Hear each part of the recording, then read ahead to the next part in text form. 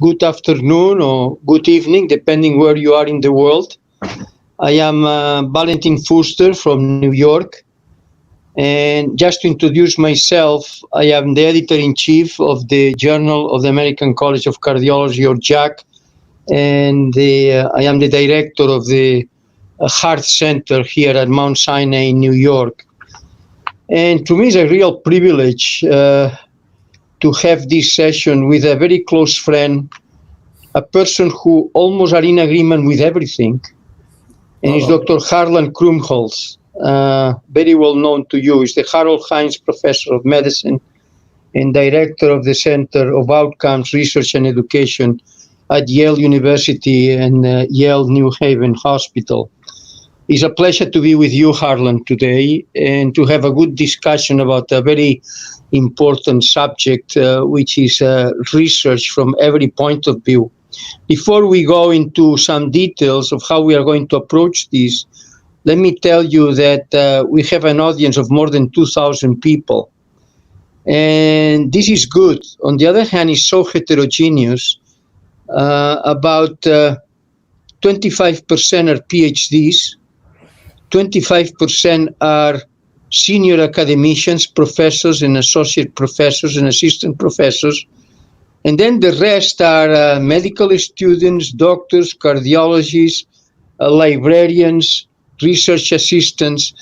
So how do you approach something like this? So what we decided to divide this session in two parts. The first part is a dialogue between Harlan and myself. And the second part will be questions that come from you. In this first part, just to be able that we, at least with the objective to reach everybody in one way or another, we divided this in 6 different parts. The first one will be, is the investigator is born being an investigator? Is the environment or a combination of both? The second aspect will be mentorship and how to focus from the very beginning.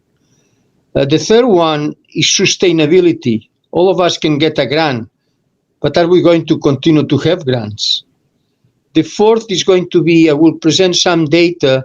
I am the director of the equivalent to NHLBI in Spain, and we have done an experiment in terms of trying to promote research and to mentor a number of people, motivating them, and we have the results by people who are age 15, 17, 21, and so forth. We have done this over 10 years, and it's interesting. And then we'll go into how to choose a research project, particularly for young people, and how to write a paper, the pluses and minuses. And finally, we'll end it up with a 6th topic, which is about journals. So we have a lot to do. And Harlan, before we start, do you have any comments to make, just as an introduction? Just to say hello to everyone, and what a distinct honor it is to participate here with you. I was thrilled when you asked, and to have an opportunity to have a conversation with you and to share it with others is just, for me, a remarkable thing. And I had said to you before as we started that, I have such great admiration for you, and in part it's because you care about impact, you care about people, you care about the patients. And, your scholarship and contributions have made such a difference in the world, but it drives, I believe, as I know you, from really caring and at every level, and you've made that kind of impact. And so I'm interested to learn from you today. What's going on in your mind? How did you do that? And what is it that keeps you going? So this is a good chance for me to learn also along with the audience. Well, you're very kind, Harlan. Obviously, you are very special without going into more details. But let's just start about whether we are born investigators or whether it's the environment. You and I have been very lucky to be funded almost from the very beginning of our fellowship. So I think we have something in common. But let me present to you real data and see how you react. At the present time, the number of grants, and I'm talking in general, has declined, in terms of success rate in securing research from 33% to 19%. And that is, we are talking about the last 12, 15 years. 33% of the applicants had a grant. I'm talking in general, federal and non-federal. Now it's 19%. On the other hand, the number of applicants has increased by 70%. It's like a paradox.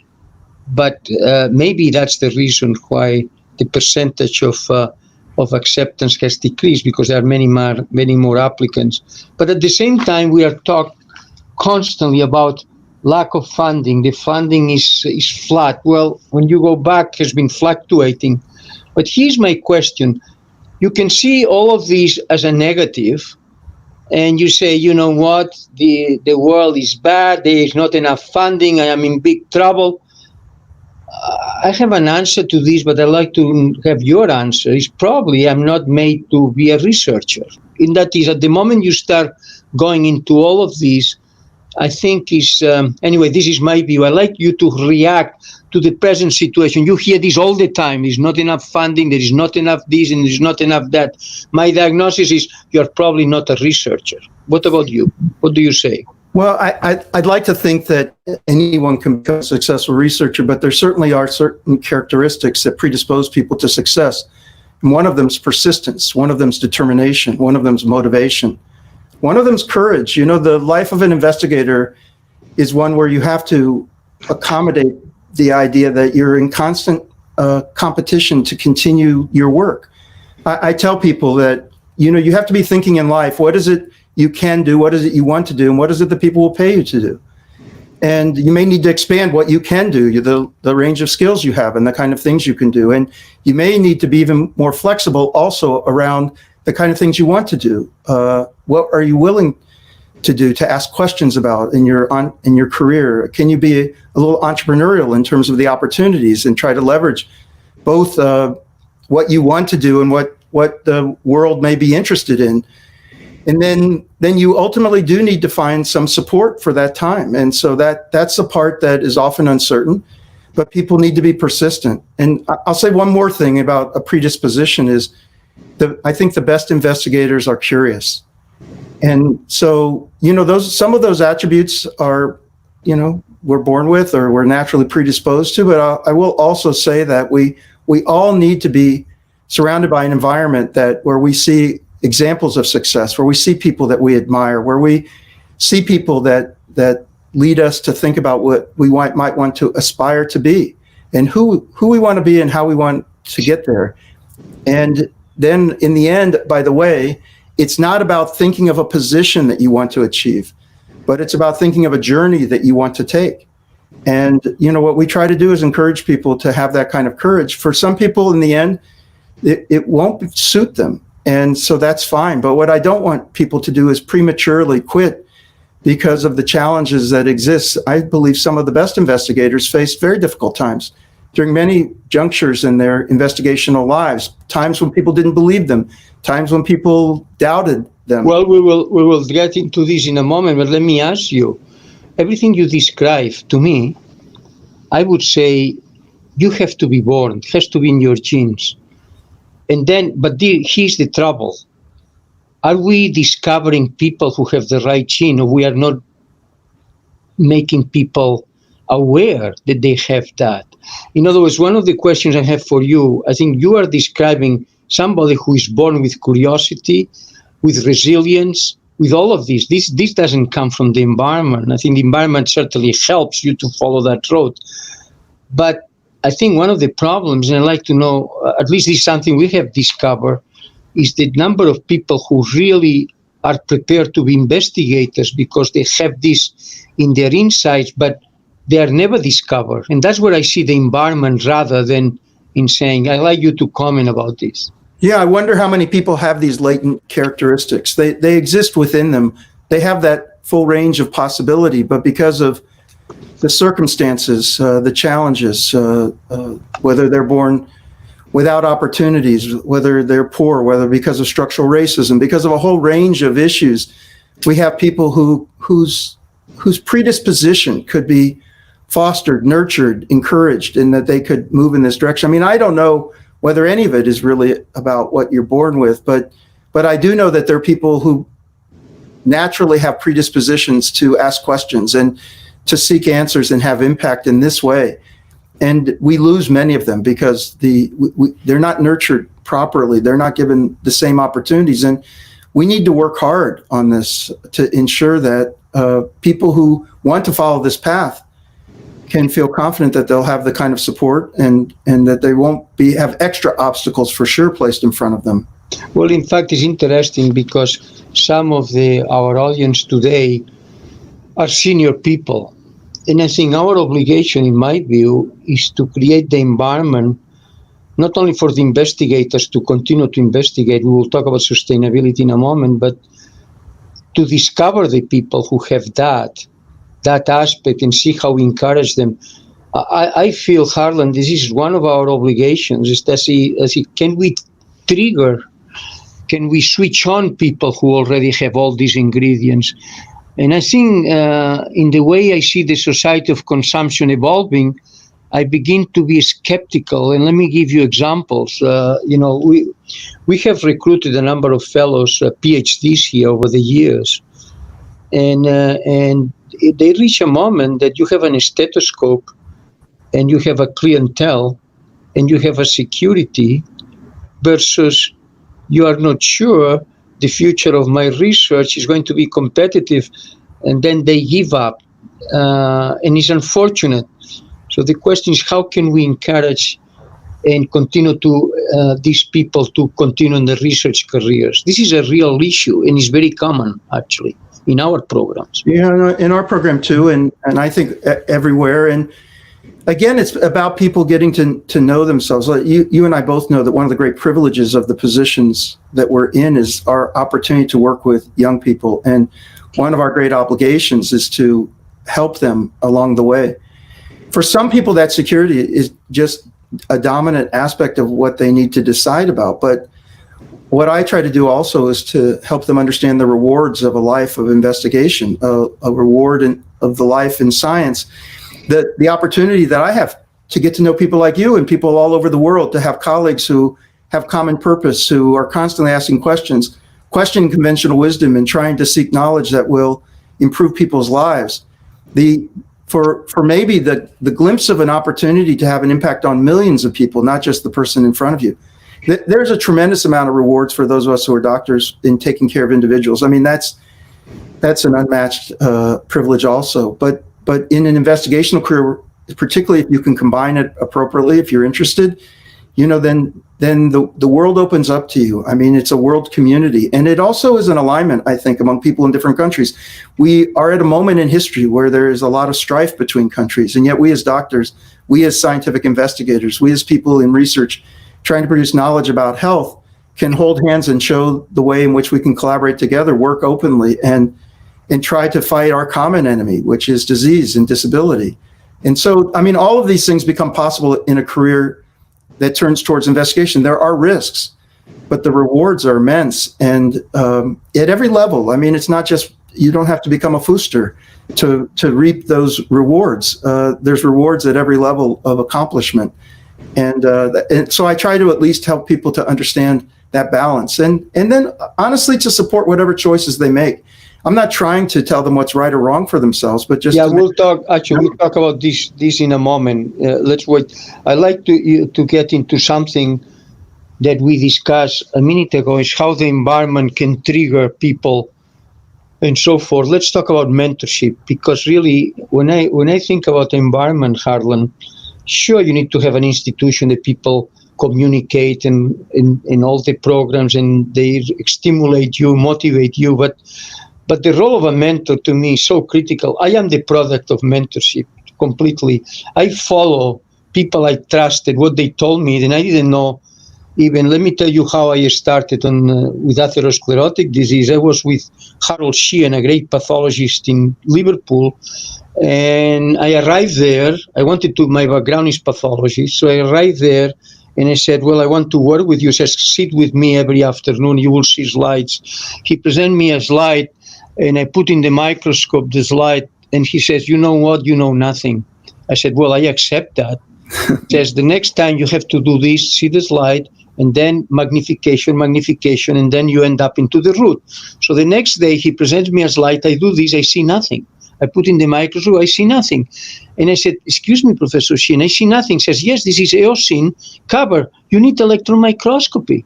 So 4 days later, he came with an electron microscopic picture of a blood clot. I'm talking, in the 1962. It was a blood clot. And I said, what in the world is this? He says, this is a patient who died of a heart attack. And I said, what that means?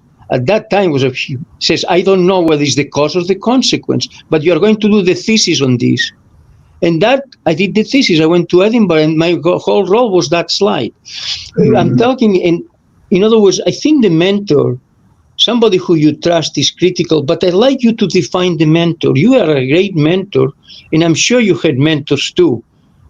It's so critical in our lives. I'd like you to define it in the way you see is essential. Well, I think that word is such, an important and heavy word. I mean, it's a big responsibility. It's one where you want to help provide the kind of guidance that people need. I also think the world's a little different. People are very independent minded, so you've got to be able to accommodate different people with different needs and different ideas about what they want to pursue or how they want their life to unfold. But I think more than anything, you can be an anchor for them to help support them and know that you're not going to abandon them no matter what. And with regard to what you said, reminded me also of like an early critical juncture for me. There were 2 classes I had when I was a medical student. One that was taught in part, it was just a few lectures within that course that were taught by Don Berwick. And Don was talking about how people make decisions. And the other class I took that was very important to me was one that was taught by Lee Goldman. And at that time, Lee was talking about the kind of research he was doing, how he was trying to help discriminate among people who were admitted to the emergency department, coming to the emergency department with chest pain, who possibly had ischemic heart disease, by asking a rapid series of questions and creating an algorithm that could help do that. And he had done a lot of other work too, as you know, on stratification of pre-operative risk and so forth. But I liked the way they thought. Like there was something about the way they thought and the way they talked and the way that they dissected a problem and sought to bring light to it that excited me. And then now to the mentorship issue is when I went to them, they were welcoming and supportive and in ways that at that time may not have even taken much time, but was critically important to steering my interests. And then Lee ultimately became my medical school advisor. I went to him. He was very kind. But what I am saying about this in terms of the mentorship is I see this as also various different levels. I mean, every class I give, every time, I always think that you can say one little thing that for you think is not a big deal, but for a student could be a defining moment, could be something that really lights a fire inside them around something that they're interested in. And so, we have to have great respect for that privilege, and we have to take advantage of that and be worthy of that. And that's what I try to do. I mean, for sure, I'm the product of so many people who have contributed to my career, created the context for me to be successful and inspired me to be ever better than whatever I was at the time. And but I think that there are different kinds of mentors, but for me, my main thing is to try to be supportive and encouraging and to try to help people find their way and then try to create opportunities for them to be successful. This is excellent. I'm going to present to you one of the problems I see in some of the young people. First of all, as you mentioned, there are several mentors. There is a mentor of a thesis, there is a mentor of a research project, and then there is a mentor of your life, your scientific life. Are different mentors, and you need to have a chemistry with these people somehow. But one of the problems I can see in young people in the medical field is so tough to really move on from medical student, internship, residency, and so forth. And it's a very long training. And at the very end, once you reach some level, I have been accepted to be a fellow at Yale, and that's the optimum of my life. That problem, here's where the problem actually begins. They don't feel they need mentors anymore. In other words, one of the things that you hear all the time is, there are no mentors in the place I am. There are no mentors. And in fact, they don't seek more mentors. I think the mentors are there. But what I see, one of the problems is that there is no this need to look for, because you think you already know all the answers of what you should do. Do you have such experience? This is one of the aspects I have learned in dealing with lots of young people, and that is, at the moment you reach such a level, you just don't need anybody else to help you. Well, I think there's all sorts of different kinds of people who, feel have different goals and different aspirations. I think the world has changed a bit too, and it's up to us at this moment in time to lean forward and to make clear how people can how take advantage of mentorship. And again, mentorship doesn't have to be a heavy concept where I'm telling you what to do. Mentorship can be simply asking for advice or getting guidance. But I think we have the responsibility too of building the structure so that it's easy for people to ask and receive, a taste of what it is to have people who care about them and want them to succeed and won't judge. I mean, another thing for us, I think, is especially now, there's so many different options for people. There are different career paths. When I think about the kind of advice I give people, I try not to judge. What I try to do is understand who they are. But I also, if I perceive that they're making a choice out of fear or lack of confidence, or that they're having a moments of doubts about their ability, I mean, that's where I try to help them understand what's possible. And then what I would look for, and I'm sure you do too, is people who are willing to break a sweat. I mean, really willing to roll up their sleeves and give it their all. And if people are willing to do that, that's the most gratifying moment for a mentor, because you're helping someone who really wants to make something happen. And so, but I try to help people understand what it is to take that risk. I mean, to do that is risky. I mean, you put yourself on the line. As you know, no matter how successful we are, this is like, Michael Jordan said, I've missed many more game-winning shots than I've made. I've had many more papers rejected than I've had accepted. Now, that's because I have an average, not every paper gets accepted the first time. So for all the papers didn't get accepted the first time, there was at least one rejection, one acceptance, and many have had to go through more. So you have to be prepared for rejection, no matter how senior you are. I mean, it happens all the time. So you have to be willing to take the risk, put yourself out there. Same with grants. You put blood, sweat, and tears into a grant. There's no guarantee, no matter who you are, that it gets. We'll talk in a moment. You're getting ahead. Sorry, I know. I talk too much sometimes. No. You're doing well. But I have an issue, and I want to amplify into what you said.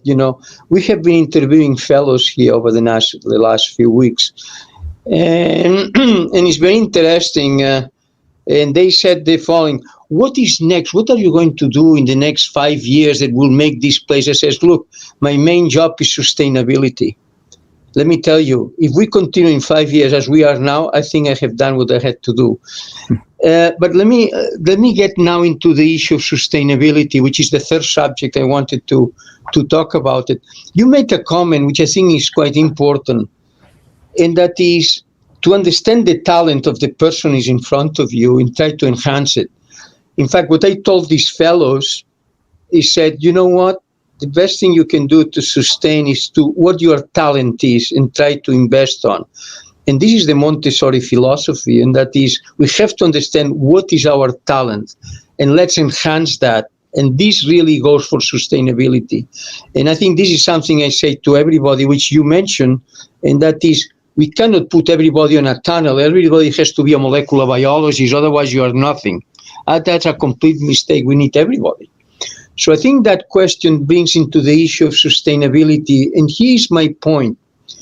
When we face young people, I began to, I'm very academically oriented as you are, but I began to change in the last 3 to 5 years. And rather than saying you have a lot of a good brain, so you have to use it appropriately in research, I talk about creativity rather than research. And so what I'm beginning to do is to say, be creative. Maybe you will not be able to start writing one paper after the other, but you might be able to create something interesting in your place, in your department, in institution, whatever it is.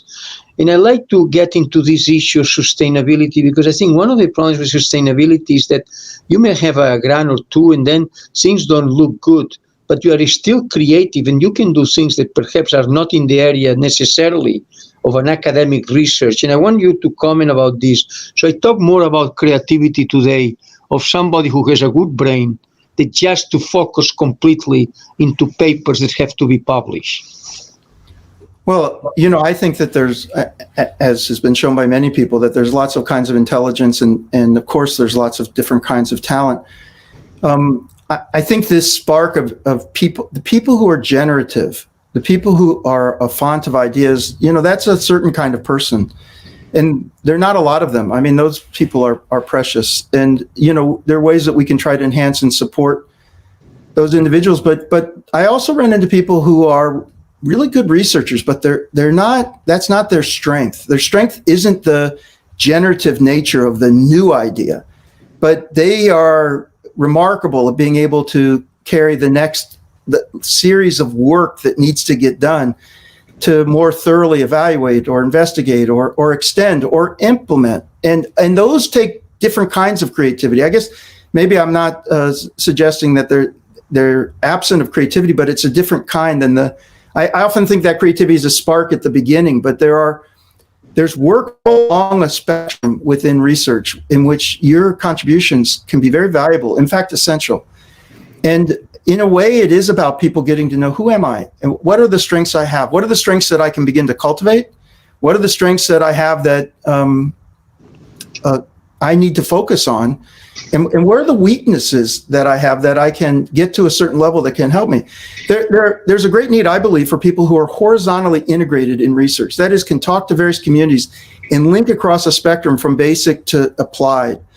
And for those individuals, they may not be as strong in the area where they could be in a very strong vertical, but they can be connectors and people who can help design and organize studies in ways that are really necessary for us to make progress, but are a little different than the person who's in a vertical, who has a very narrow view and is deep in that. So I think part of this is about self-discovery, and for your own personal sustainability, it's about finding the lane that keeps you excited, that gets you up and gets the reinforcement. Because don't let anyone push you into an area because they say this is a safer area or this is the area for you if it doesn't fit you. I mean, I think that you heard that message about atherosclerosis, but it must have also resonated with you as something like, this is a very interesting problem.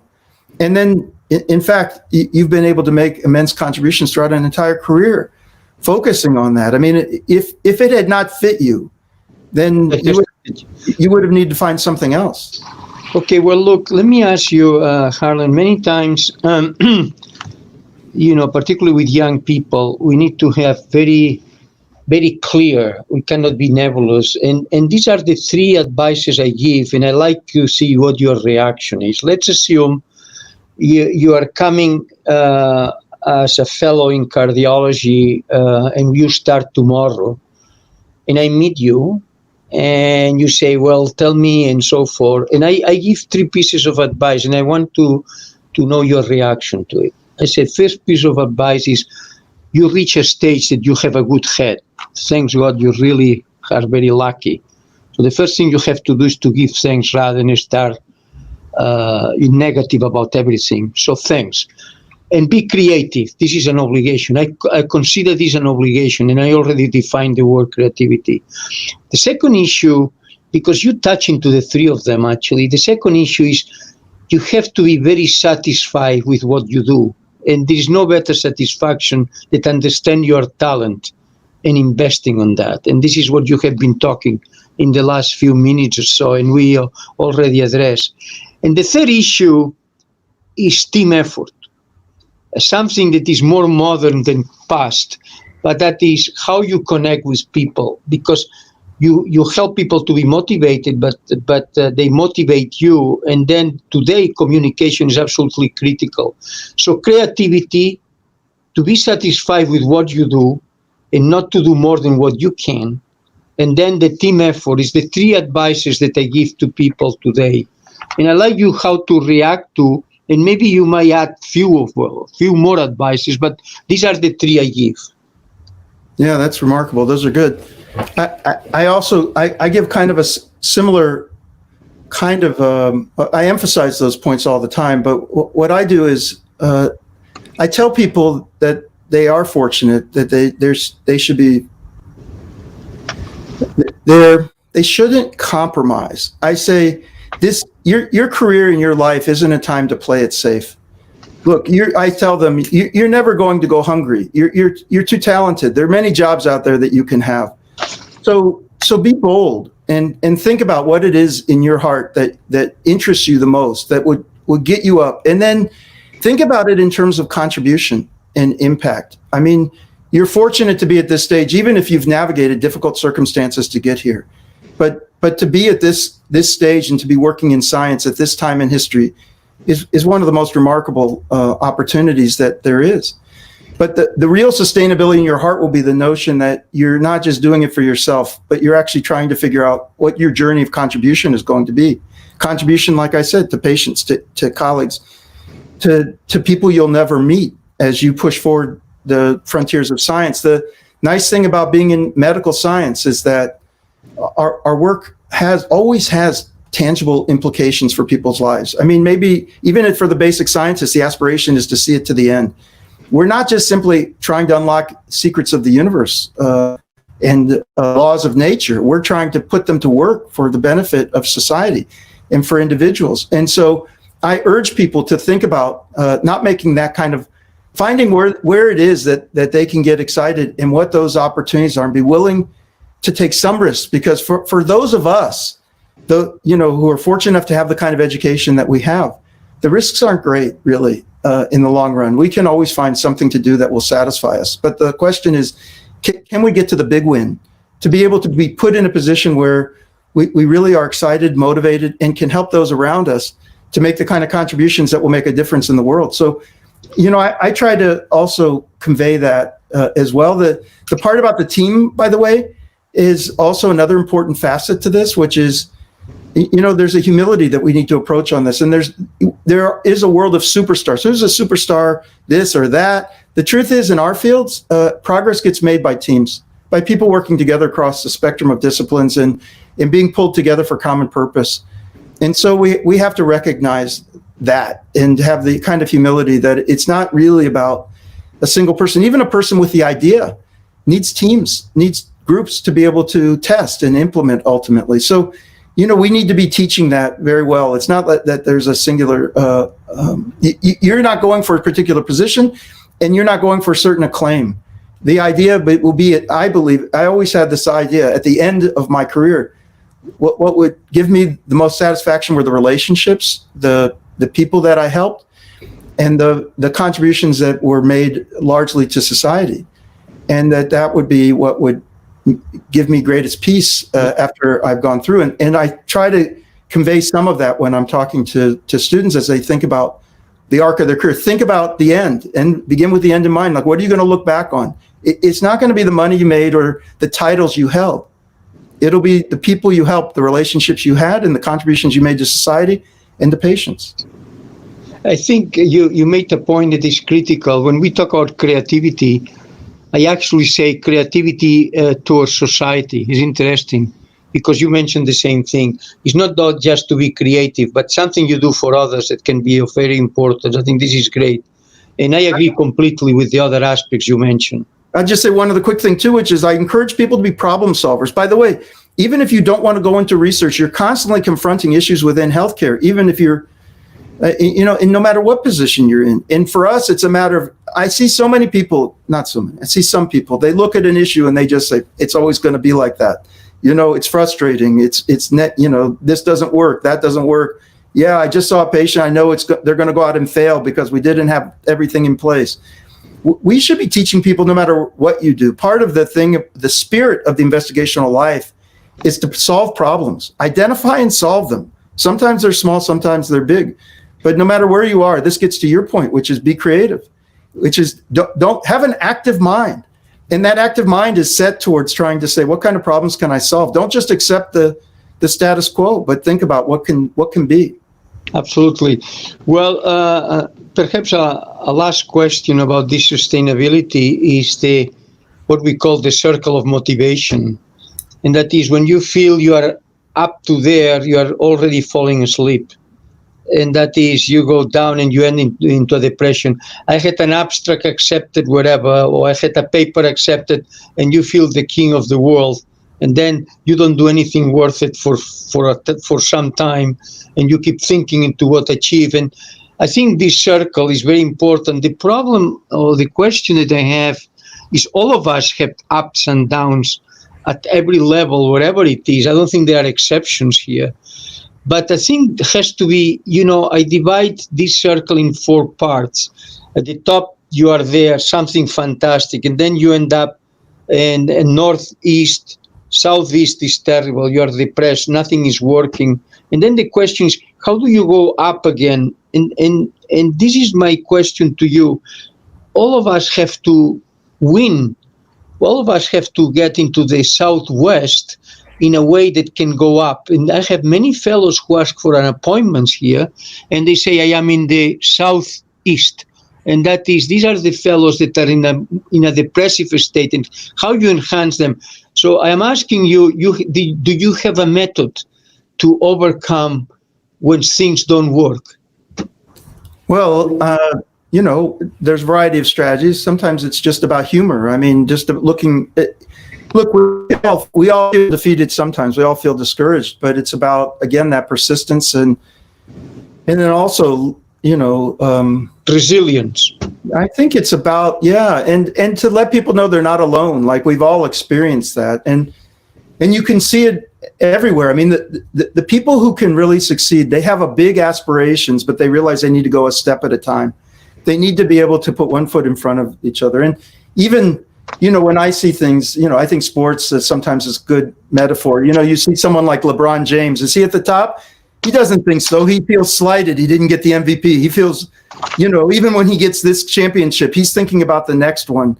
And then he gets to a point where he's not winning every game, or he's with, things aren't going his way, but he's not giving up. I mean, you try to pull in analogies and you say, look, you're not alone. The question is the quest you're on, is the journey you're on important enough that you can't really give up, because the consequences are important. And if it's about, you've got to frame for yourself that story and what is that journey. And the hero of every story encounters challenges along the way. There's not a good story if you just win with no problem. And I don't know of anyone who's made important contributions who didn't encounter challenges. It doesn't feel good. I mean, I don't like rejection. I send a good paper to Jack and you reject it. I'm not happy. It's but I don't give up. But you don't give up, and I think, but it's always important to know that everybody goes through this, and people overcome the situation. I'd like to go into the 4th aspect, and it's just to present to you our experiment in CINIC, which is interesting. CINIC is the National Center of Cardiovascular Investigation in Madrid, which is like an HLBI, as I mentioned. And from the very beginning, I took the job to see if I could serve as a motivator for young people.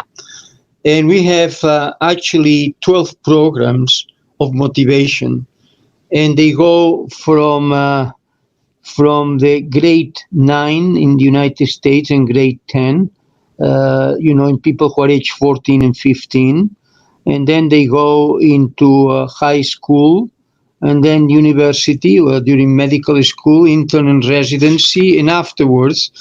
And each of these models, or each of these modules, have a different approach and so forth. For example, on these people who are in high school, we choose across the country very good people. So in fact, it's a competition, which is where I begin to learn that people are born with things, and you see them driving from the very beginning. And we choose these people, we put them for about 2 weeks to 1 month in the summer in CINIC. These are really high school kids, and they spend there, I will tell you, about 70% become investigators. We have the data. And that's one. It's starting at young age. Then there is another group that you start in medical school. It's called the Cicerone group. And it's interesting. We give them the opportunity to spend also a few weeks with us during elective periods. And it's interesting, 30% click positively, 70% don't. Click positively, they really move into an academic career of one kind or another. And then we have during the internship and residency, we have a similar situation, 6 weeks at CINIC, at this center, and then the investment means you give them the possibility to spend a year and so forth. And what we have seen is two things. One is the people who come in, they already have that curiosity you were talking before. There is no question, because this is all voluntary, but it's also competitive, and they come in. And the chances of these people to click that you discover through motivation to the environment to go into academic careers is actually very high. This is in contradistinction to the survey that we just did with the American College of Cardiology, in which what we did is we picked up is a survey to the fellows that are in cardiology.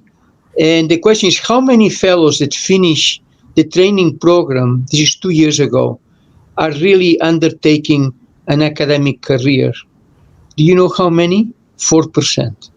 Wow.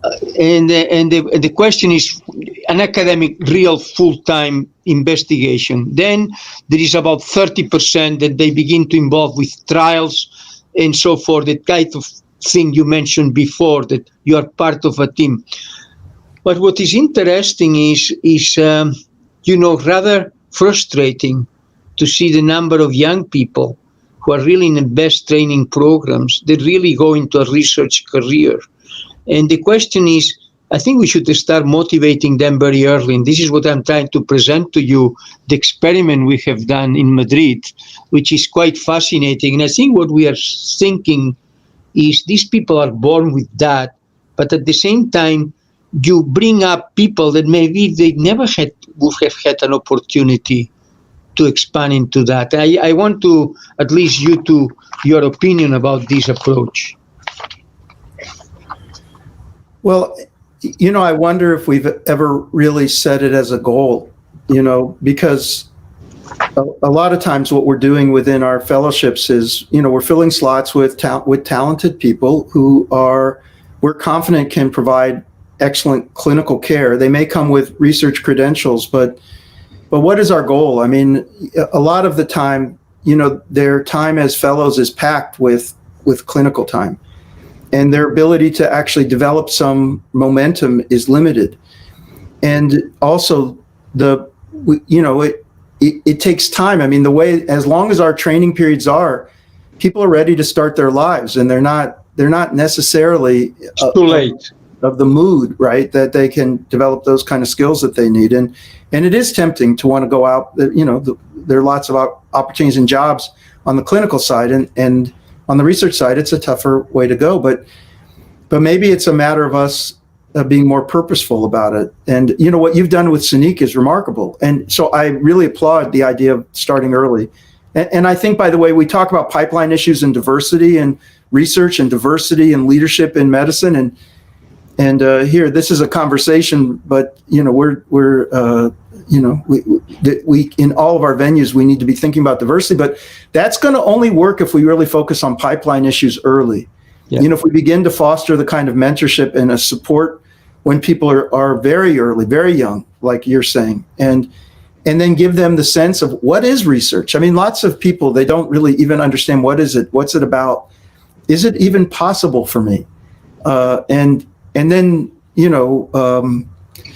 and what kind of programs we should be experimenting. I don't think we experiment enough with our programs to say, if we start to tweak this and tweak that, can we encourage more people to go into academic careers? And let us both say that the world needs great clinicians. So we're not in any way disparaging that career path, but only to say that the academic centers have a special responsibility to mentor and keep keep the pipeline of investigators flowing. The clinician scientist is an endangered species. They say, that it's harder and harder to make it go. And so it's up to us to at least create that as an option for people. It's not a judgment for people who don't choose that path, but we need to make it attractive and create the means. But I really applaud what you're doing. And the things you've done, the things you did with Sesame Street, I mean, in terms of population health, it's such an important direction that we're not just talking to patients, but we're thinking about the children, and we're thinking about people in earlier developmental stages, both for healthy behaviors and for career development. And honestly, if we want that kind of diversity in our ranks, that's where we've got to start on the investigational side. And we don't want to lose one person who's got the potential, so that takes the kind of work you're doing. And I love it. We should really think about systematizing it throughout this country, throughout the world. It's a good. Yeah, I think it's important. Is important the fact that I believe young age is critical on many aspects we talk about. For example, the Sesame Street situation is interesting. We are talking, there is a doctor there for the first time as a Muppet, and the children for the first time understand what is health by having Cookie Monster doing cardiopulmonary resuscitation on another Muppet, and actually the problem is doing it wrong, and then they explain how to do it right, and the children love that. So I think there's so many aspects we should start at an earlier stage. But anyway, this is the data we are obtaining, which is fascinating. I'd like to touch into, there are two subjects that are left for our discussion before we open these two questions. And one is you have a young person who is curious, Harlan, and comes to you, I want to do a project. And actually in 3 years, I applied to a fellowship and I have to have something done. This is very common, actually, something I want to apply. And there are two types of projects, and I want to know your opinion. One project is you do something that is already ongoing and you enter into the team, nothing new. And then you are another one that is more risky. The risky one that is new, the problem is no much time on these training programs. But what I always tell them, review the literature, the infrastructure is important, have a mentor, and really see if the project is worth it. Be feasible, you need to have the time, where the funding comes on and so forth, and you move on. But I like to see how you orient these people, this young person that comes to you, Harlan, and says, I have to do something, and what would you advise? And, there are two options. You have a good idea and you start that, or you say, why you don't get into this project, and maybe from here on you will be motivated. Yeah, I mean, in the end, as people start, I try to talk about a mixed portfolio, almost like a financial portfolio where there may be some lower risk, but, almost certain to be a successfully completed work that they've got going that can keep building a foundation. And at the same time, I want them to be thinking big and that they're willing to take some risk. And no matter what path they choose, I try to talk to them about what are the things that are going to enhance the likelihood of success. Well, who do you need around you? What kind of input do you need? What skills do you need? What time will it take? And what resources are necessary? But I try not to also weigh them down too much. I mean, that sometimes people want to jump into things without being willing to do what I call the pre-work. The work before the work begins. Are you willing, if you've got an idea that you think is risky, you have to be willing to do the work to become expert in that area. Have you really read all the literature? Do you really understand what's going on in the field? If you think you're the only one to think of it, can you tell me why no one else has thought of it? I mean, if it's such a good idea, why are you the only one who's thought of it? I mean, why do you think, given what we know, that this is different? And I do that not to discourage anyone, but actually to encourage them to say that, there is a foundation that needs to be built even on this. You don't just jump into the project. It's great that you've got these ideas. Now, are you willing to do the work necessary to show that it's a reasonable approach, that it makes sense to do it? Even if it's a wild idea, you still have to be able to demonstrate the rationale for it. And you need to know the literature. You need to know why everyone's going left if you're saying we should be going right. And I want to foster the ability for people to question the conventional wisdom, not to accept what everyone else is telling them, But in order to do that, you have to understand what people are saying and why they're saying it. And then you have to be able to make the case for why you're going to say something different. So it's an excellent, actually, to review the literature, to know what you are doing and why and so forth. I think this is critical. Now, we could talk a lot about this, but it seems to me that this is a mixed approach. There are new ideas, or you can put somebody with somebody else and then beginning to put the motor engine going. Now, I have a question for you, and this is at the moment of writing a paper. I remember, Harlan, that I had a problem with my first paper. It took 3 years to write it, and I had the data in 12 months. And the problem is, I thought that writing a paper should be perfect. And what happened to me, I was in Edinburgh. What happened to me is I said, I need this information. I need this more. I need to go. I was working with the cloth of the slide I mentioned to you.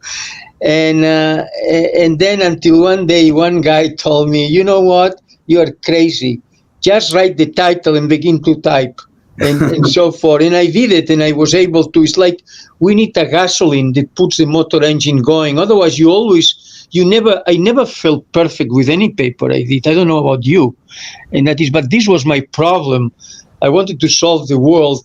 And obviously, in 3 years, I didn't do anything. So anyway, I'd like to hear from you how perfect we have to do with a paper. I like that section that says limitations anyway.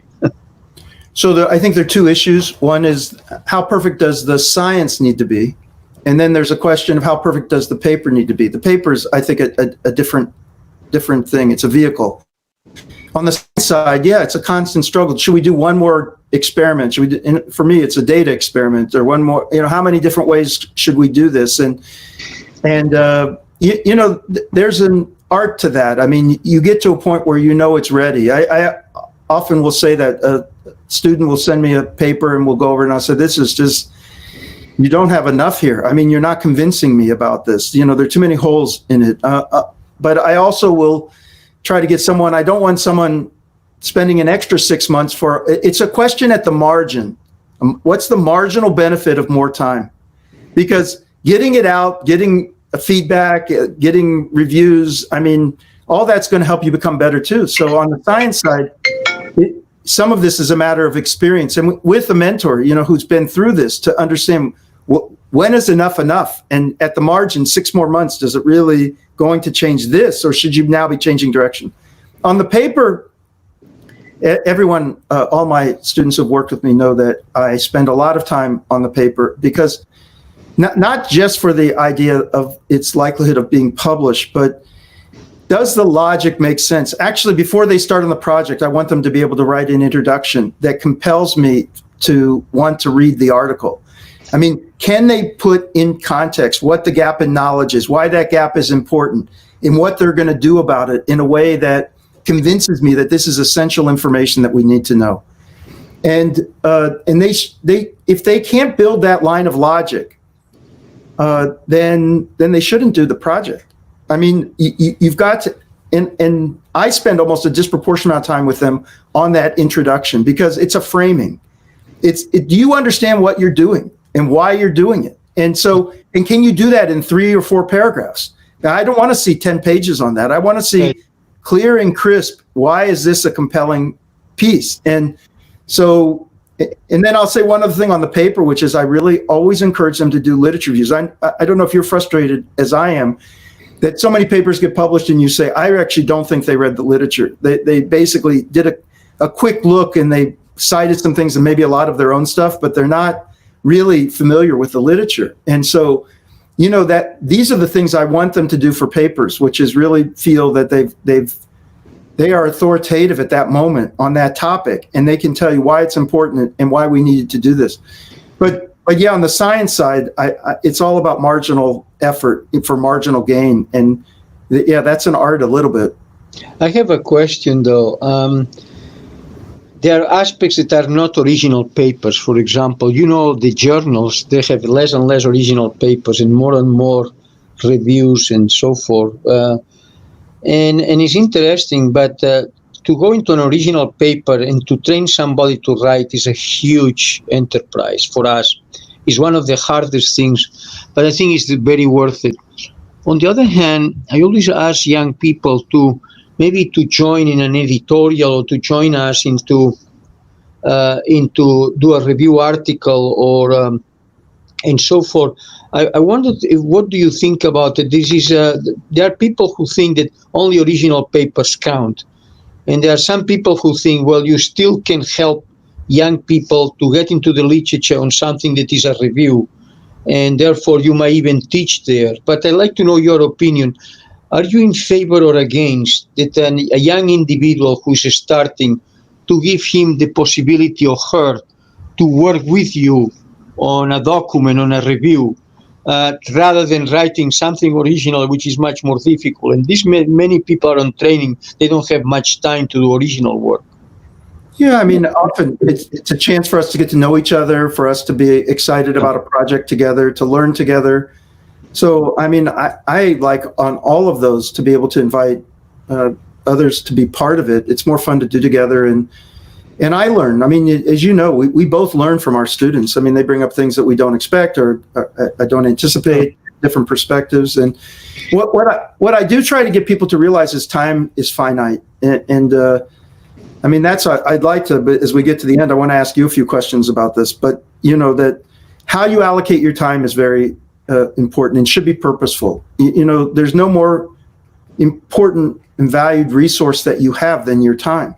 And so don't take on projects. First of all, every project you take on, you want to give it your best and put everything you have into it. Don't underestimate the time any project takes. So if you're selecting to be part of a review, there are opportunity costs. You're not doing something else. By the way, when I mean time, it's also time for those you love and the people around you that you care about. I mean, your life is not just your work. So you've got to be thoughtful about where are you going to devote that time and where is it that you're going to learn something. For early people, being able to work with senior people on projects like reviews and editorials, there's learning and networking and opportunities to grow, but you can't build an entire career on that. And you've got to be able to save enough time for the kind of, if you want to be an investigator, enough time for the things that are going to be original research. And so I think it's a matter of that. But can I ask you a couple questions before we get to the Sure. Other question? So I wanted to ask you, I think those of us who see you and know you, like I said, have such deep admiration, and that's mostly about the values and integrity you bring to your work and the caring about those that follow you.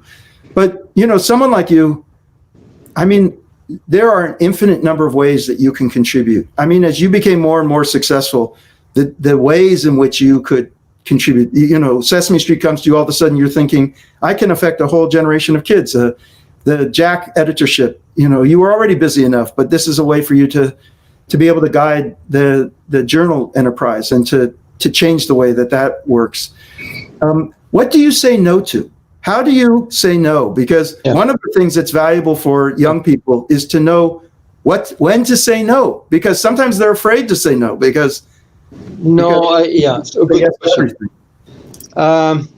Actually, I say no to 90% of the situations. There are exceptions. You know, if you have a named lecture of something that is important for you to be there, because you take it and it's more, I would say, for you than for anybody else. But my yeses are really contributing to society. I suspect all have a biology, but certainly in the last 10 years, to me, I took Jack not because I wanted, by the way, were the fellows who pushed me the last day to apply to get into editorship shop. In Jack, even didn't occur to me. What I have done in Jack, I think the most important contribution in Jack, actually maybe not aware many people, is the podcast that I have. Every article, I spend time making an effort that people can better understand. And this takes to me about 16 hours a week at least, because you deal with 7 articles and so forth. So I am taking something that I think I can contribute. Sesame Street came by chance, and I said, they don't have a doctor. I could be a doctor. It's Dr. Rooster, you know, he's a Muppet. It had impact otherwise I wouldn't spend time with Sesame Street. So what I'm saying is I reach a stage in which I think I got enough experience and I'm a lucky guy. The only thing I can do is thanks to society. So what you do is you return to society. So my main yeses have to do like we are doing today. Today I would have said I have enough of Zooms and Zooms and Zooms with this time, but to have an interaction with you, particularly in talking about research, to me is very important. And we have more than 2,000 people around. So I think that's a yes. But I was told of do many programs in the last few weeks with this COVID, and 95% I said no, because I said, I don't think I'm going to contribute much. So I think it's very much oriented in that way. All of us have a different way to say yeses, but at least at this moment in my life, this is the way I act.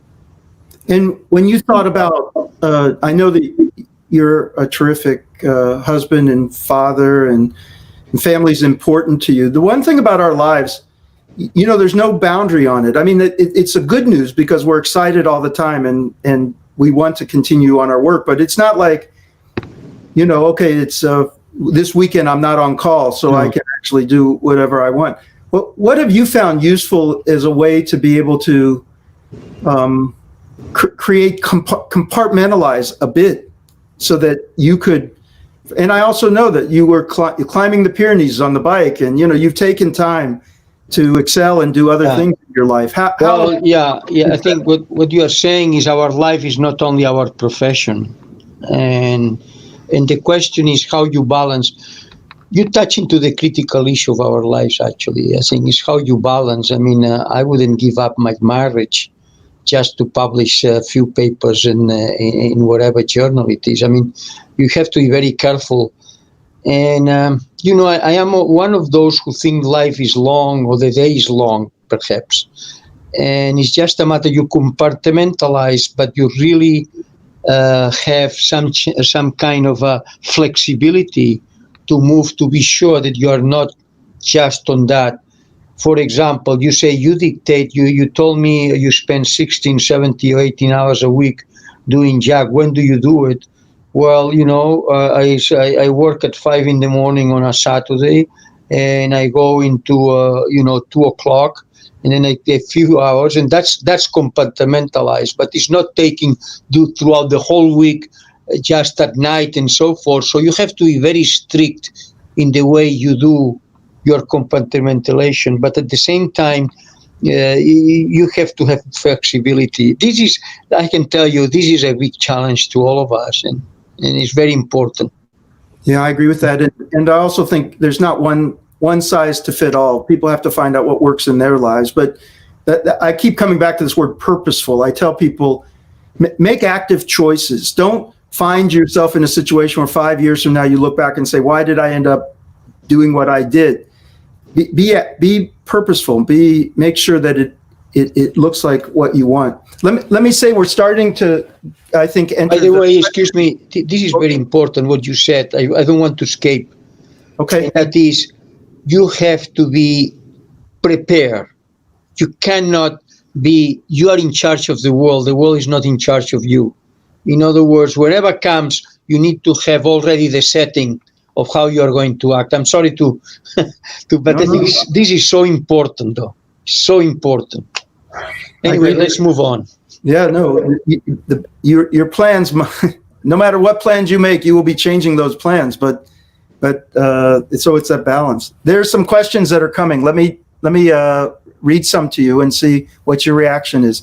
How do I approach someone who motivates me to be my mentor when these individuals aren't familiar with me or work at a different institute? Working in a different institute doesn't make a difference. My mentors have been in general out of my institution, so I don't think this is a question. It is hard to say is a mentor that doesn't understand or doesn't know where you are or what is the subject and so forth. I don't think this person will be a mentor of me, will be a mentor of my life, how I move on, like the last question you had, how you put together a busy life with your family.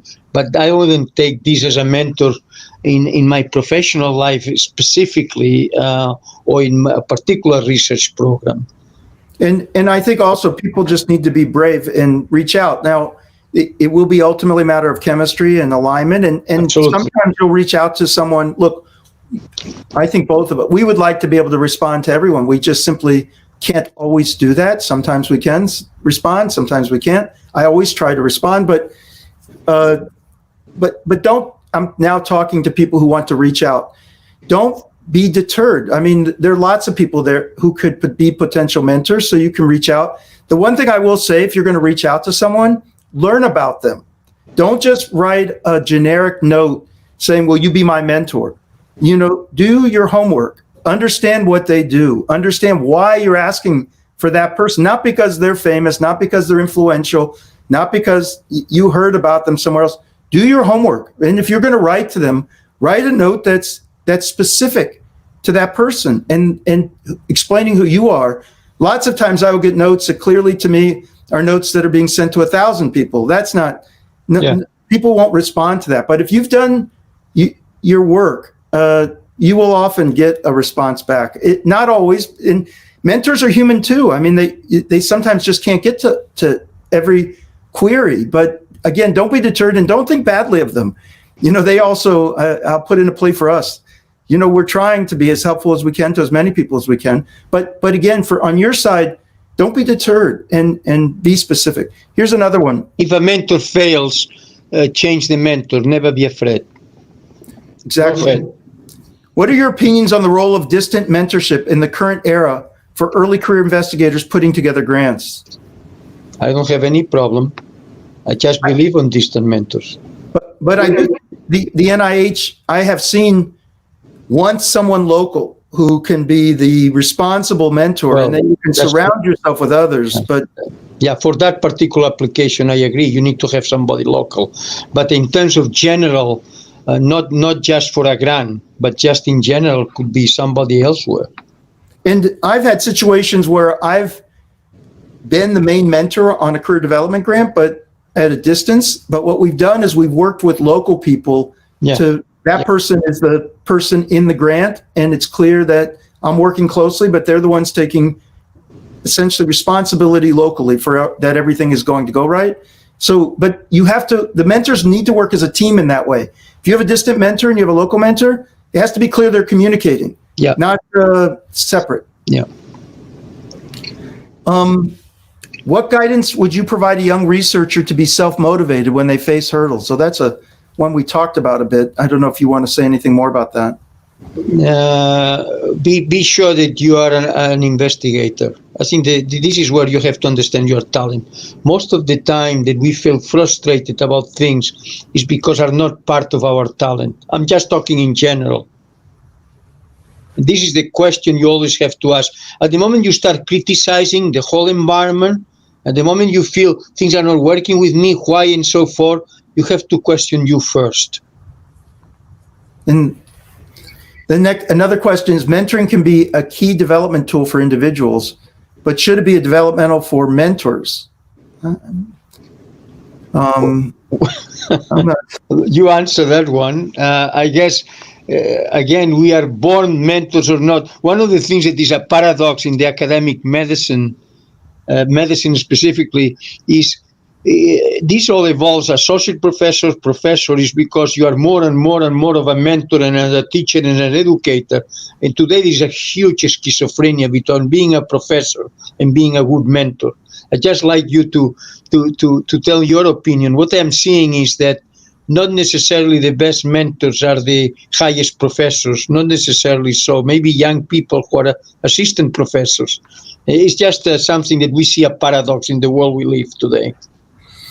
I do think that, again, there are probably ways that we can enhance people's skills at mentorship and learn from each other about what works best. I mean, part of this conversation is I'm learning from you about your approach. And so I think there are developmental aspects for mentors too, but I also agree that we need to, I mean, look, when you're a senior resident and you have an intern, you're a mentor. I mean, there's lots of different ways that you can provide mentorship. You're not waiting for that, but we can help people. Here's a question from someone who's a resident and an aspiring cardiologist. I always wonder, what do you see in the resident fellow reaching out to you for mentorship? I ask this question because there are so many residents who are talented, creative, and ready to give it all, aiming to make a huge difference in the field, but it's so difficult to find a mentor who can bring out the best in them. Do you have any advice on that? I tend to disagree. In fact, the mentors are there. The mentors are there. I have this question quite often. People who write to me whether I could help. And the way I start is with a telephone conversation of 15 minutes that my people here already know. I spend 15 minutes with somebody I don't know at all. But I want them to send me some portfolio. And then I decide and I advise them. Not necessarily I become the mentor, but I certainly can advise where to go, what to do.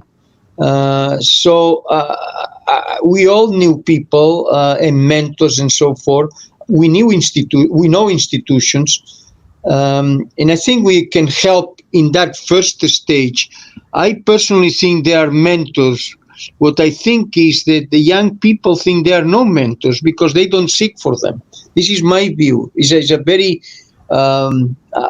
anyway. Maybe I am too dogmatic about it, but I think the mentors are here. And you have to motivate them as a mentee. And I think that I would say to that person that, you have to be persistent. It's about chemistry. It's about whether the person has time, whether there's alignment of interest. But, it's a matter of, I agree, there are people out there, but it takes some persistence. Yeah. An ideal program, on the mentorship side, on the program side, we're pushing hard to make it easy to be able to link up with people. But you've got to, I think the response, it's a relationship, a mentor, mentee, it's a relationship. And so it's a matter of trying to find, how it can work best. But, I hearing from you and that you have that kind of drive and interest, I hope you'll persist in trying to find the people around you who can. Yeah, I can give a second answer. There was a close friend of mine from Cleveland Clinic, I remember, mentioned to me, when the fellows come in, I assign a mentor to every fellow. And about 5 years afterwards, I asked him, have you succeeded? And he said, no, you cannot assign mentors to people. It's a chemistry, which is what you're saying. But you have to be persistent. It may take few months, but once you find it, is a great finding. So, yeah. Here's a question. What's the most important lesson you learned from your mentor or mentors? Yes, that they are with you. The first lesson I learned is they want you to succeed. And the sense that you have somebody who is behind you, I think to me is the number one. Is something that you grasp that is quite important. I'm talking the real mentor. My mentors, which are about 4 or 5, I can tell you almost they would jump into the ocean to help. Yeah, it's funny that you say that because I would had the same reaction. The one thing that keeps coming back to me is a mentor I met in mid-career, Jerry Kassier, who had been previously the editor of the New England Journal. And for some reason, our paths crossed when I was maybe 10 years on faculty. And we had that chemistry, and he became a mentor to me. And what he taught me was what it was like to have a mentor who was unabashedly a cheerleader for you and supportive of you and encouraging of you unconditionally.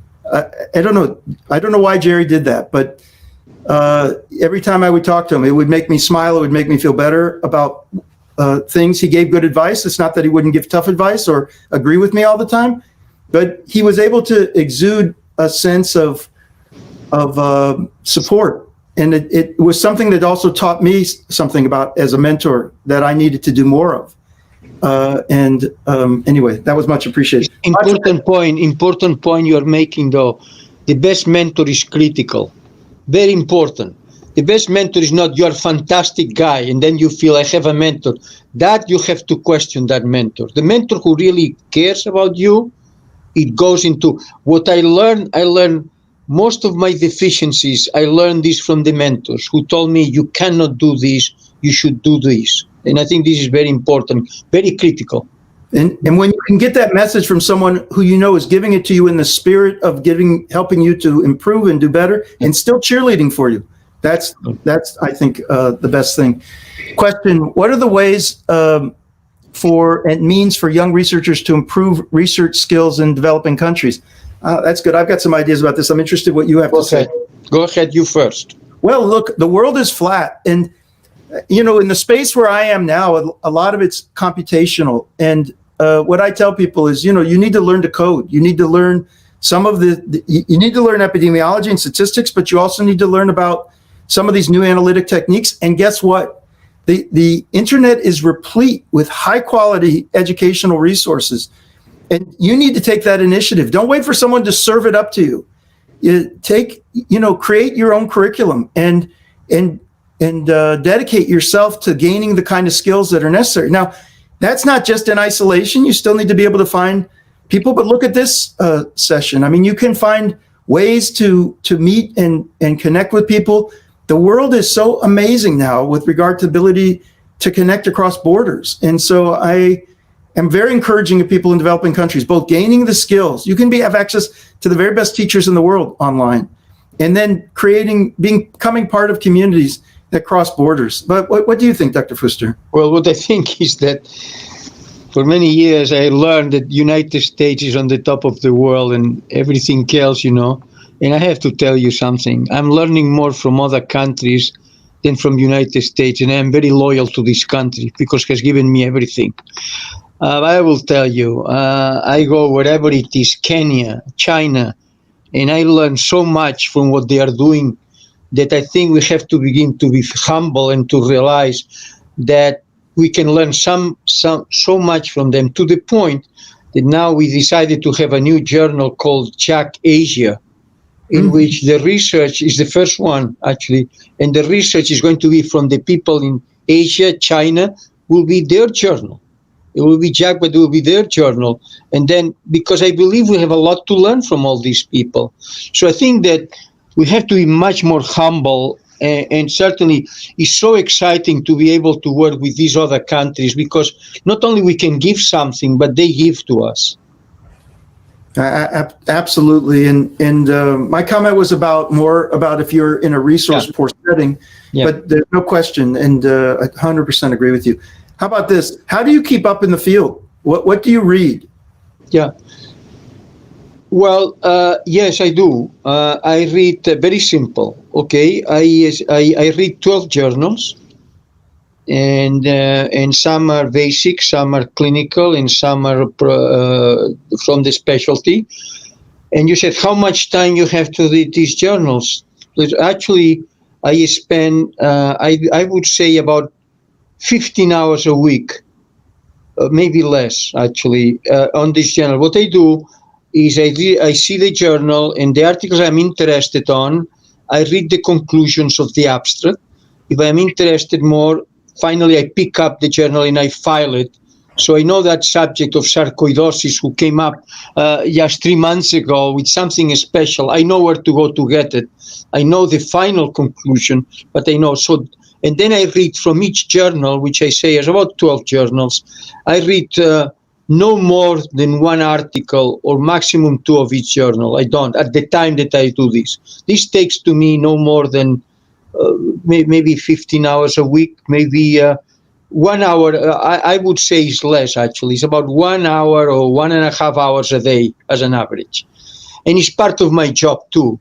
As an editor of a journal, you need to know what's going on around in all the other journals, because you pick up subjects that are important for the journal to be reviewed.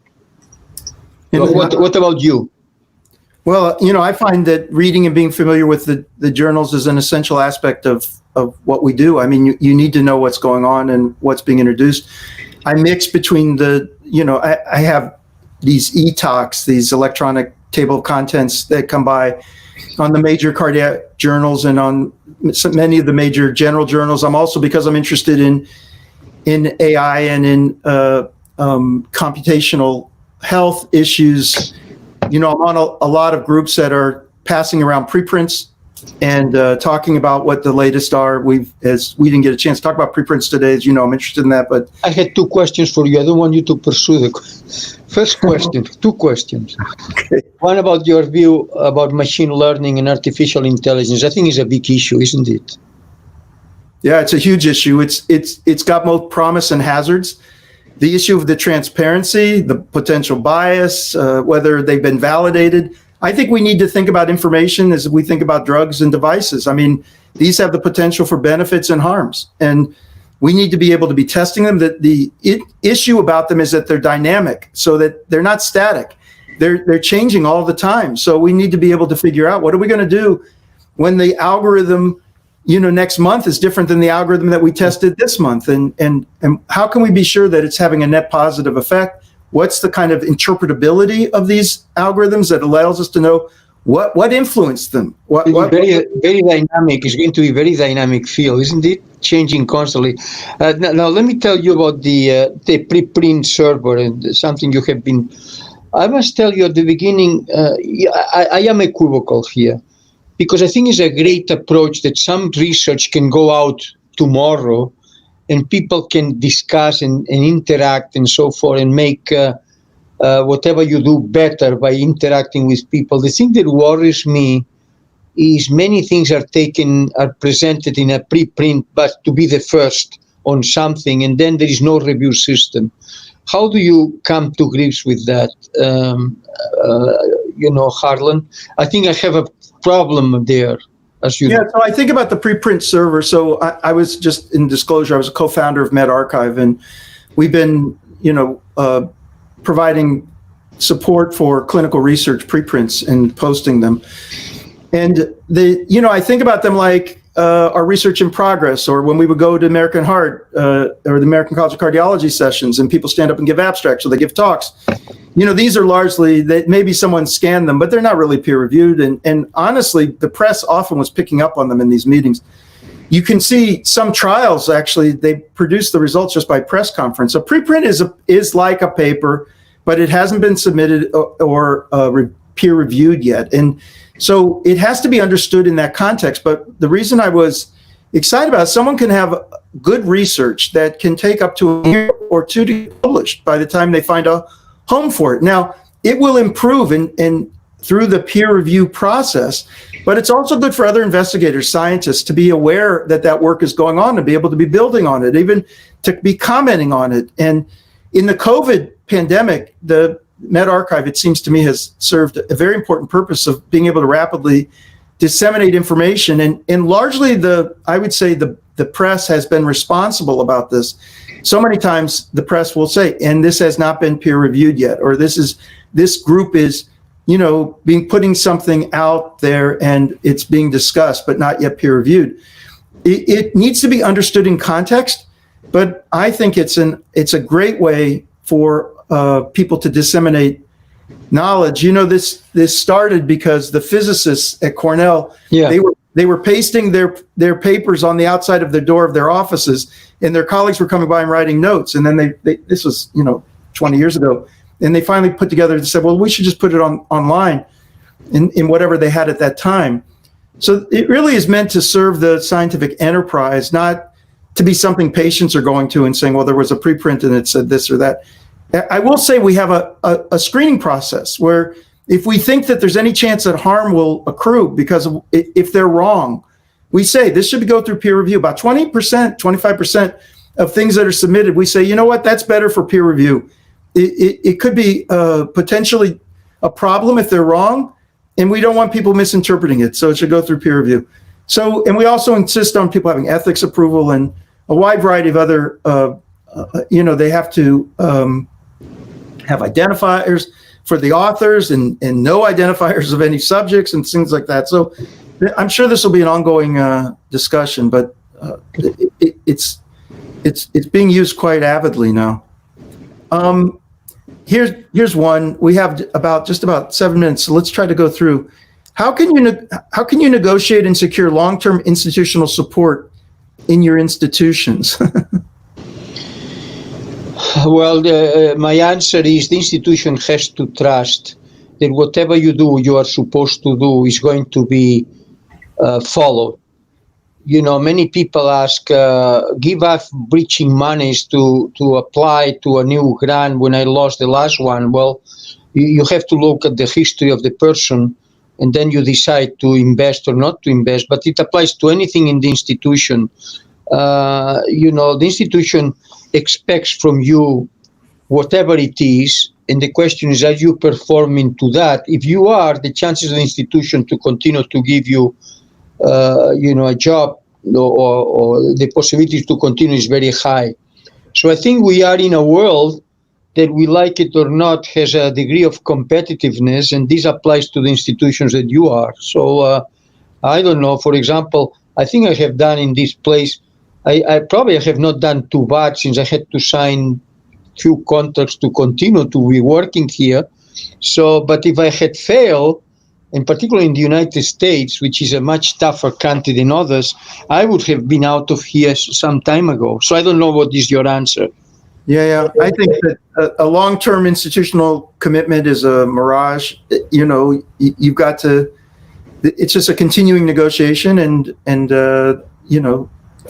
tenure, if you finally achieve tenure, then you can't be fired. But the truth is, long-term institutional commitments,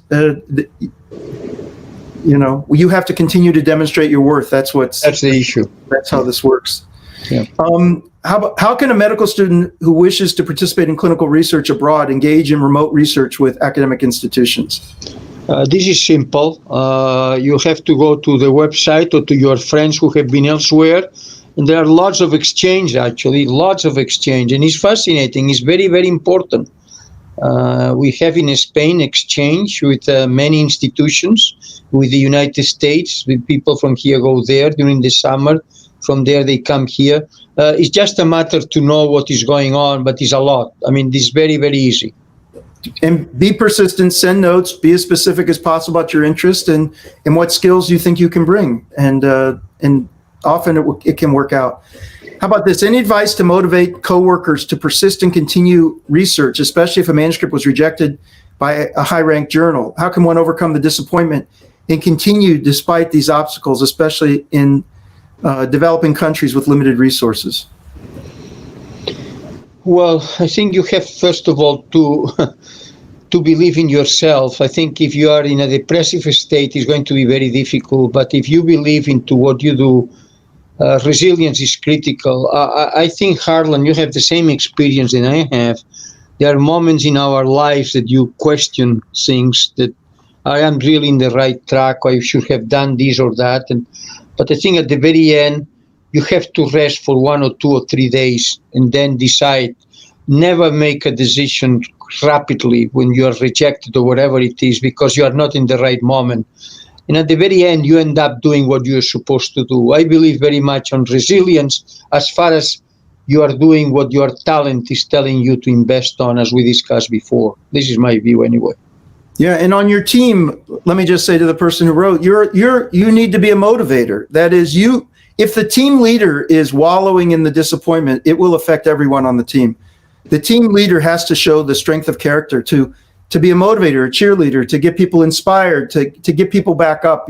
It's part of your job is to coach your team too, and to reinforce each other that you're in a common journey together that you're trying to create. One person said that I mentioned a personal curriculum for research skill development. Which specific skills would be at the top of your list for such a curriculum? If people were going to be developing skills for research, what would you tell them that they should be looking for? The question is too generic, but one thing I can tell you, when people come to me they want to work on ABC, the first thing I look at the curriculum, they have done anything on ABC, and if they don't, why they are now changing their minds. In other words, to me, the history is quite important. So very important.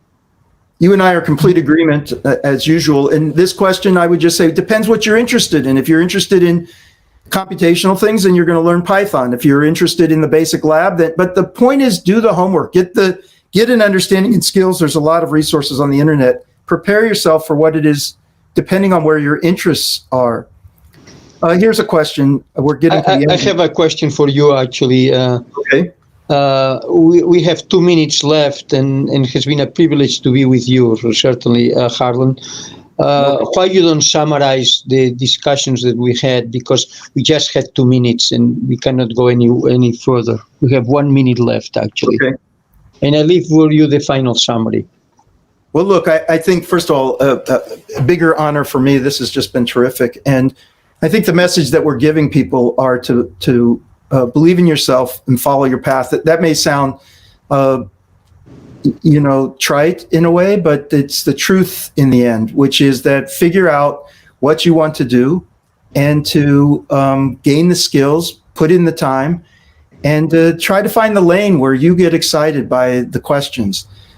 And I think we can both tell you that a career in investigation has so many rewards. It has rewards in relationships, in the opportunity to teach, the opportunity to see patients, the opportunity to produce knowledge that can help people around the world, and the opportunity to learn and listen. We don't, I think the privilege of the position is how much we've learned from others. And so we want to be as encouraging as possible to everyone who's been listening today. We need bright minds. There's so many important questions that remain in front of us, and we're in a golden age of medicine.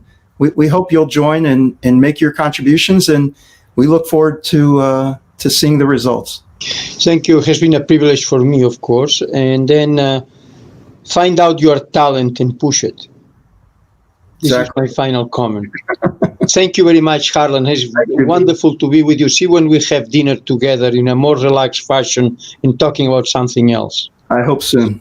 Okay. Bye-bye. Thank you. Thank you.